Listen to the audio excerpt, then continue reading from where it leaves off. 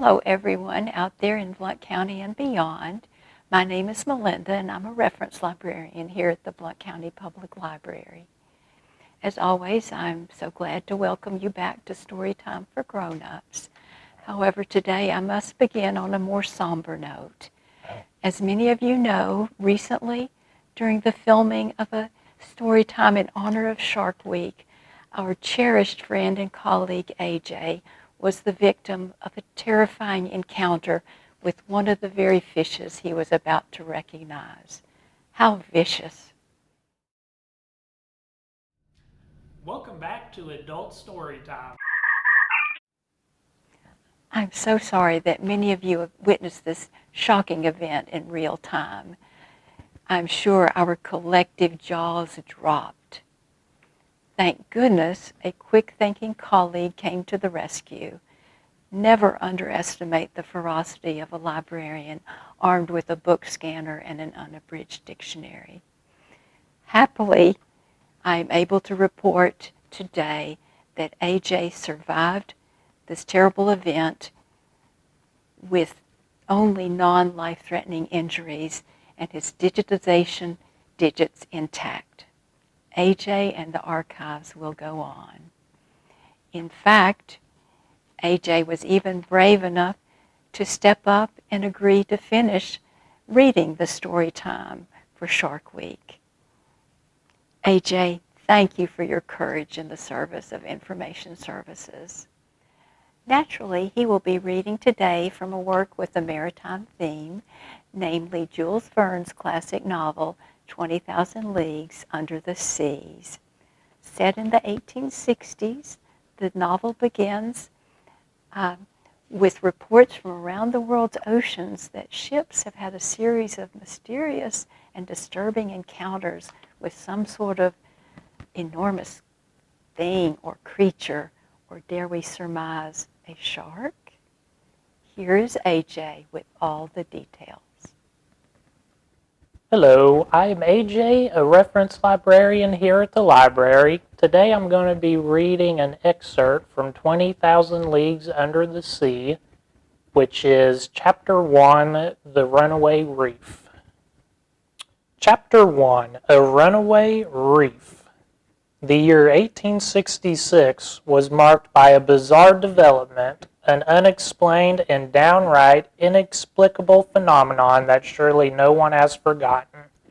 Without getting into those rumors that upset civilians in the seaports and deranged the public mind, even far inland, it must be said that professional seamen were especially alarmed.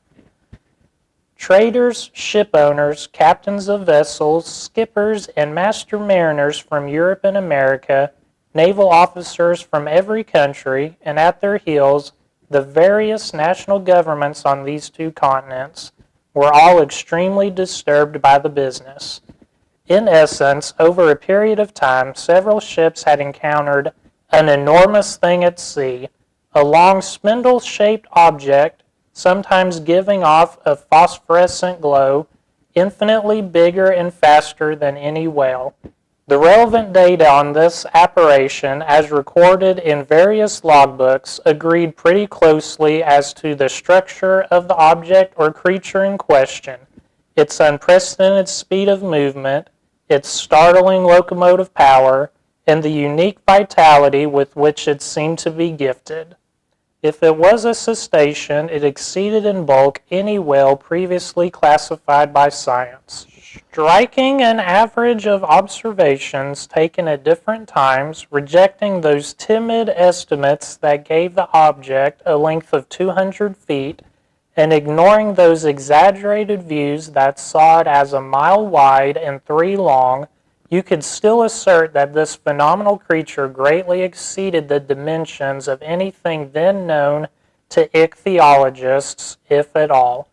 Now then, it did exist. This was an undeniable fact, and since the human mind dotes on objects of wonder, you can understand the worldwide excitement caused by this unearthly apparition. As for relegating it to the realm of fiction, that charge had to be dropped. In essence, on July 20th, 1866, the steamer Governor Higgins from the Calcutta and Burnett Steam Company encountered this moving mass 5 miles off the eastern shore of Australia. Captain Baker at first thought he was in the presence of an unknown reef.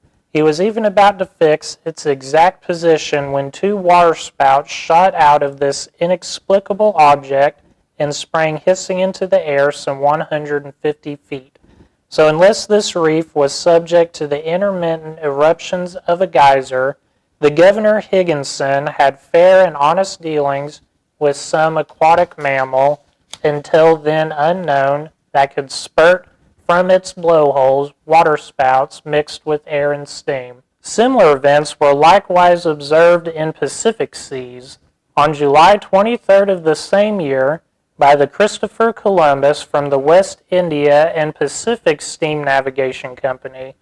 Consequently, this extraordinary cetacean could transfer itself from one location to another with startling swiftness, since within an interval of just 3 days, the Governor Higginson and the Christopher Columbus had observed it at 2 positions on the charts, separated by a distance of more than 700 nautical leagues. 15 days later, and 2,000 leagues farther, the Helvetia from the Compagnie Nationale and the Shannon from the Royal Mail Line, running on opposite tacks in that part of the Atlantic lying between the United States and Europe, respectively signaled each other that the monster had been sighted in latitude 42 degrees 15 minutes north and longitude 60 degrees 35 minutes west of the meridian of Greenwich. From their simultaneous observations, they were able to estimate the mammal's minimum length at more than 350 English feet. This was because both the Shannon and the Helvetia were of smaller dimensions, although each measured 100 meters stern to stern. Now then, the biggest whales, those rorqual whales from the waterways of the Aleutian Islands, have never exceeded a length of 56 meters, if they reach even that. One after another, reports arrived that would profoundly affect public opinion. New observations taken by the transatlantic liner Perrier, the Inman's line Etna running afoul of the monster, an official report drawn up by officers on the French frigate Normandy, dead earnest reckonings obtained by the general staff of Commodore Fitzjames aboard the Lord Clyde. In light-hearted countries, people joked about this phenomenon, but such serious practical countries as England, America, and Germany were deeply concerned. In every big city, the monster was the latest rage. They sang about it in the coffee houses, they ridiculed it in the newspapers, they dramatized it in the theaters. The tabloids found it a fine opportunity for hatching all sorts of hoaxes.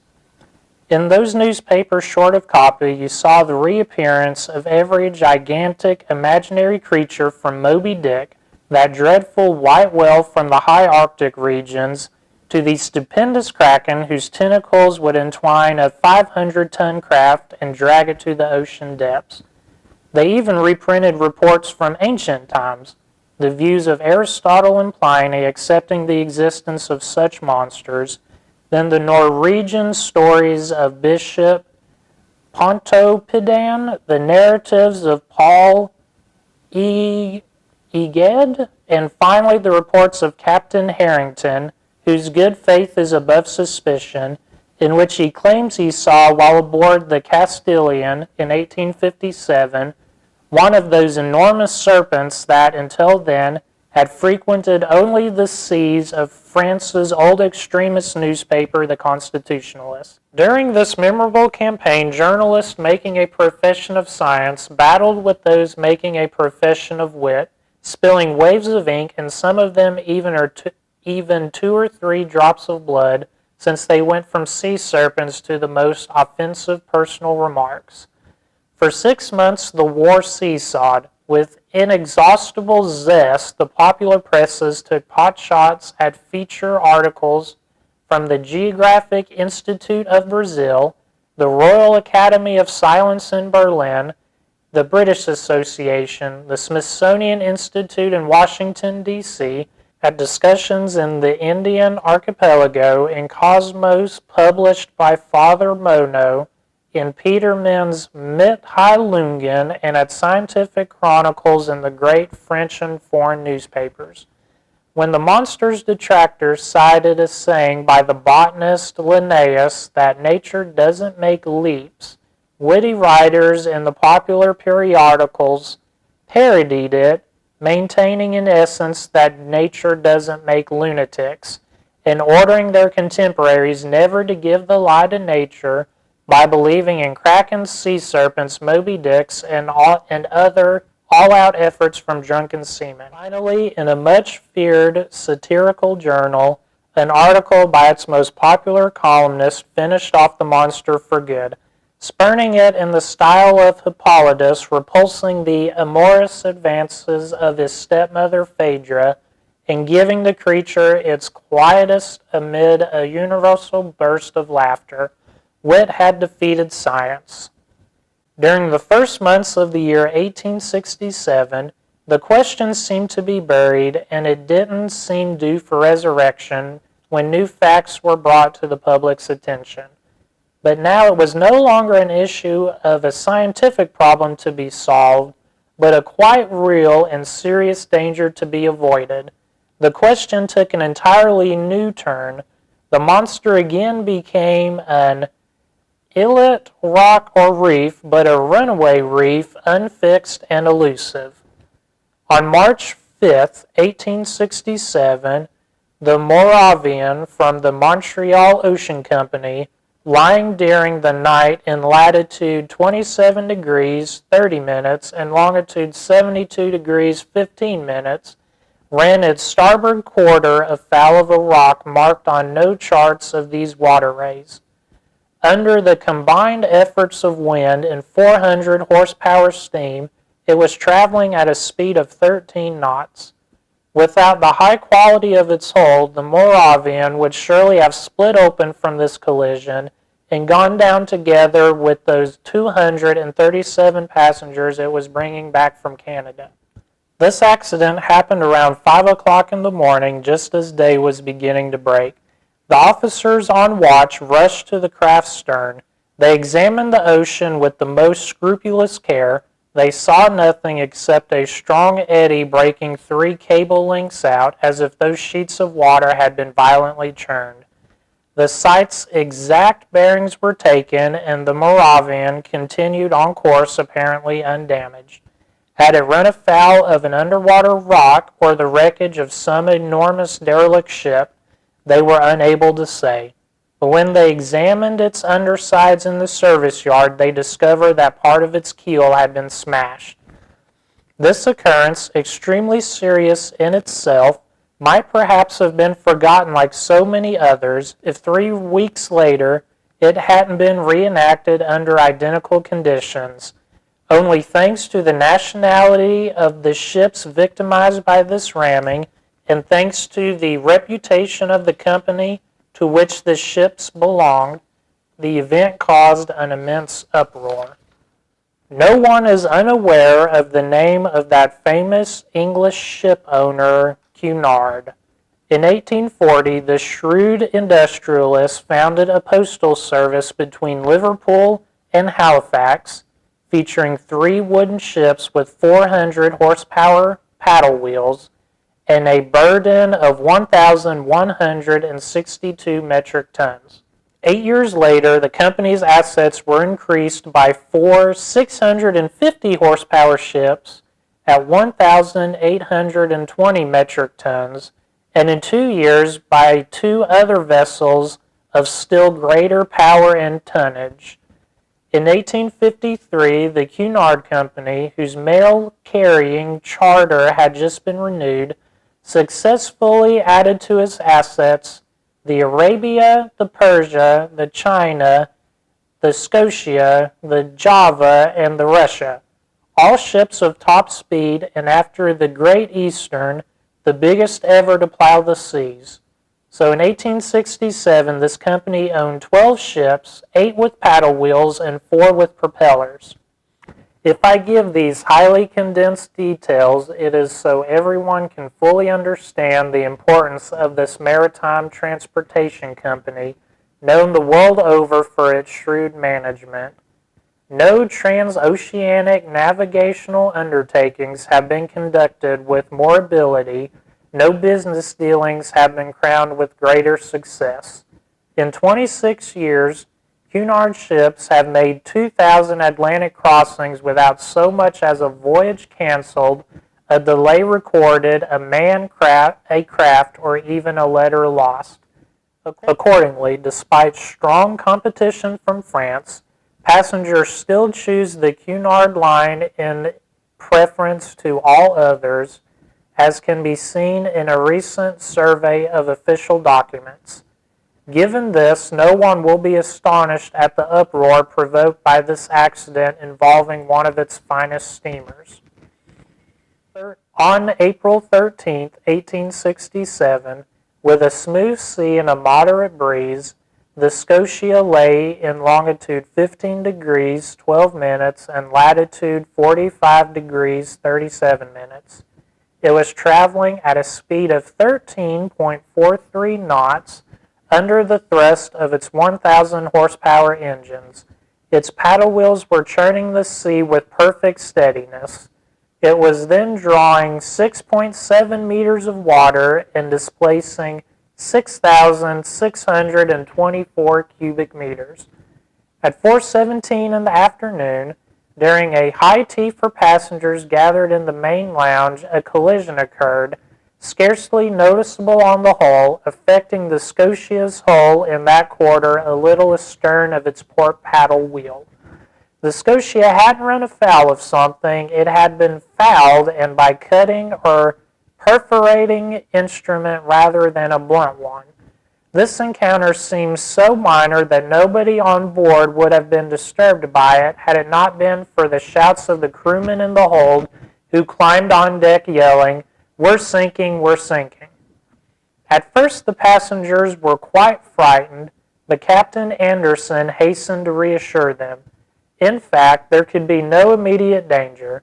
Divided into 7 compartments by watertight bulkheads, the Scotia could brave any link with impunity. Captain Anderson immediately made his way into the hold. He discovered that the 5th compartment had been invaded by the sea, and the speed of this invasion proved the leak was considerable. Fortunately, this compartment didn't contain boilers because their furnaces would have been abruptly extinguished. Captain Anderson called an immediate halt, and one of the sailors dived down to assess the damage. Within moments, they had located a hole 2 meters in width on the steamer's underside. Such a leak could not be patched, and with its paddle wheels half swamped, the Scotia had no choice but to continue its voyage. By then, it lay 300 miles from Cape Clear, and after 3 days of delay that filled Liverpool with acute anxiety, it entered the company docks. The engineers then proceeded to inspect the Scotia, which had been put in dry dock. They couldn't believe their eyes. 2.5 meters below its waterline, there gaped a symmetrical gash in the shape of an isosceles triangle. This breach in the sheet of iron was so perfectly formed, no punch could have done a cleaner job of it. Consequently, it must have been produced by a perforating tool of uncommon toughness. Plus, after being launched with the prodigious power and then piercing 4 centimeters of sheet iron, this tool had needed to withdraw itself by backward motion, truly inexplicable. This was the last straw, and it resulted in arousing public passions all over again. Indeed, from this moment on, any maritime casualty without an established cause was charged to the monster's account. This outrageous animal had to shoulder responsibility for all derelict vessels, whose numbers are unfortunately considerable, since out of those 3,000 ships whose losses are recorded annually at the Marine Insurance Bureau, The figure for steam or sailing ships supposedly lost with all hands in the absence of any news amounts to at least 200. Now then, justly or unjustly, it was the monster who stood accused of their disappearance, and since, thanks to it, travel between the various continents had become more and more dangerous, the public spoke up and demanded straight out that, at all cost, the seas must be purged of this fearsome cetacean. So what do you think? What is this mysterious monster? Is it a reef, a whale, or my personal favorite, a megalodon? If you would like to read more of 20,000 Leagues Under the Sea, we invite you to visit us at the Blount County Public Library at our website, www.blountlibrary.org, or over the phone at 865-982-0981. Thank you so much for coming to Adult Storytime for Grown-Ups, and we hope that you will join us again next time. After all, I really do think it's safe to go back into the water.